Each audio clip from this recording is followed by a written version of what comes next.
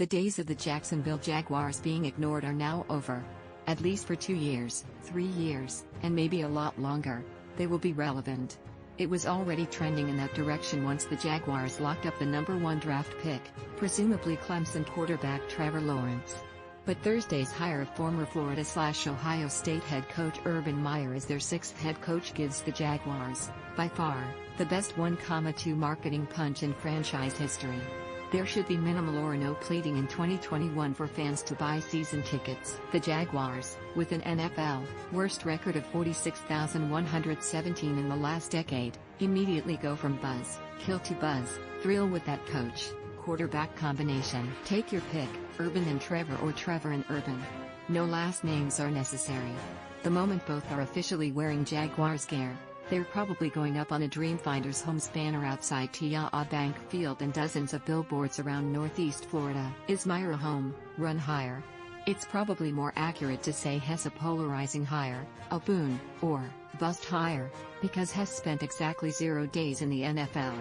All of his raging success as a head coach, a phenomenal 187,32 record, 854, came at 4 college stops.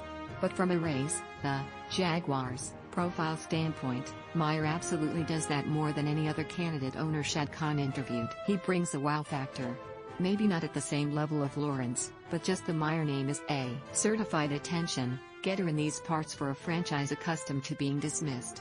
This is a great day for Jacksonville and Jaguars fans everywhere, Khan said in a statement. Urban Meyer is who we want and need, a leader, winner and champion who demands excellence and produces results. While Urban already enjoys a legacy in the game of football that few will ever match, his passion for the opportunity in front of him here in Jacksonville is powerful and unmistakable. Opinion: here's what will determine whether Urban Meyer will succeed as Jaguars coach. Timeline: a look at the career of new Jaguars head coach Urban Meyer. NFL newsletter. Sign up now to get football news delivered to your inbox. All you had to do Thursday was watch your television screen. 2 national sports networks showed Twitter pictures of Meyer getting off a plane at GA and getting into a car bound for TIAA Bank Field. You think that happens if the passenger is, no disrespect intended, Raheem Morris or Arthur Smith. That's the pull of luring a high-profile coach. Meyer's celebrity status is going to attract eyeballs, maybe not all of it for the best reasons. Yes, his tenure at Florida and Ohio State was marked by serious judgment lapses. His reputation was sullied by 31 player arrests in Gainesville, as well as his poor handling of domestic abuse incidents involving an assistant coach in Columbus, which led to Meyer being suspended 3 games by the OSU administration. Questions will certainly be raised about Meyer's ability to endure the NFL grind, seeing as how he resigned at those schools at ages 46 and 54, respectively, due to medical concerns. But it's doubtful Meyer would take the NFL plunge without believing, and the Jaguars being convinced, that his health is in a strong enough place to deal with the stress of chasing a Super Bowl ring. And make no mistake, Meyer is going to pursue that elusive prize with the same fervor and passion that Tom Coughlin did when he guided the Jaguars to their only run of glory in the late 1990s. Meyer's reputation as a win, at all costs coach, though certainly a detriment at times, could also be a huge benefit to the Jaguars because they are in desperate need of consistent leadership from a CEO type for the whole organization. The Jaguars need a thorough house cleaning, which has been painfully evident the past couple years and most of the last decade. If nothing else, Meyer will be a tone setter in the building, just in a different, less micromanaging and more delegating way than Coughlin. What is absolutely certain is Meyer had no intention of jumping back into the coaching fray, especially the NFL, without an ideal job situation. None of the other 6 vacancies comes close to the Jaguars in terms of resources for a quick turnaround. Meyer didn't go shopping.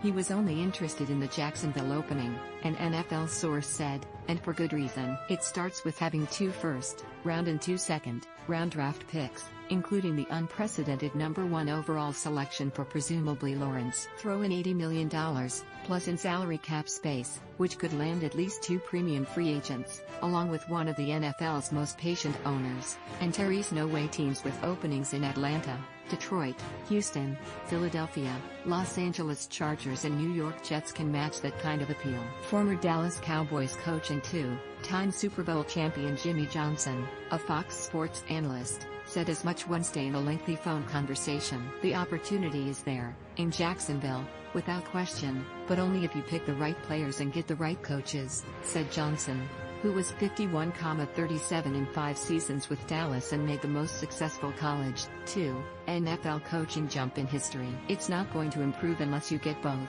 Will Meyer acquire the right players, assuming has given significant personnel input over whoever the Jaguars' general manager might be, and assemble the right coaching staff to satisfy Khan's desire for sustained success? That remains to be seen because Florida and Ohio State isn't the NFL, where the resources for all 32 teams are fairly equal." Johnson, and to a lesser degree, Bobby Ross, Georgia Tech to San Diego Chargers, and Chip Kelly, Oregon to Philadelphia Eagles, are about the only coaches to make the college, pro jump in the last 30 years without struggling mightily. The NFL has been no paradise for so many others, including those with national championship pedigree like Meyer. The common denominator for Steve Spurrier, Washington, and Nick Saban, Miami Dolphins, is they each had losing records and were gone within 2 years. The same goes for less accomplished college coaches like Greg Schiano, Tampa Bay Buccaneers, Lane Kiffin, Raiders, and the late Dick McPherson, New England Patriots. That said, it doesn't mean Meyer will get humbled or struggle at the next level. If you go by what happened right out of the gate at his 4 college stops, where he instantly transformed Bowling Green, 2,9 to 8,3, Utah, 5,6 to 10,2, Florida, 7,5 to 9,3, and Ohio State, 6,7 to 12,0. Meyer clearly knows how to create a winning culture. The 3-time national championship coach did that in Gainesville and Columbus with impeccable organization, attention to detail and recruiting the right players.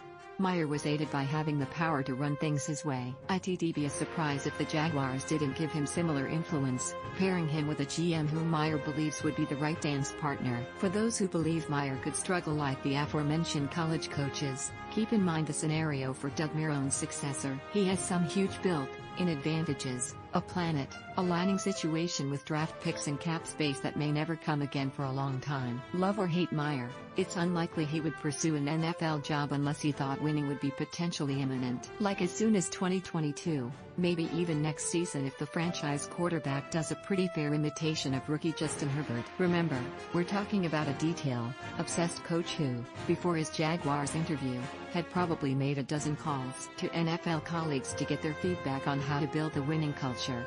As the next Jaguars coach, you can bet Meyer believes all the ingredients are there to win. And it starts with having access to the biggest piece, a franchise quarterback like Lawrence. Urban and Trevor will be a formidable, compelling tag team.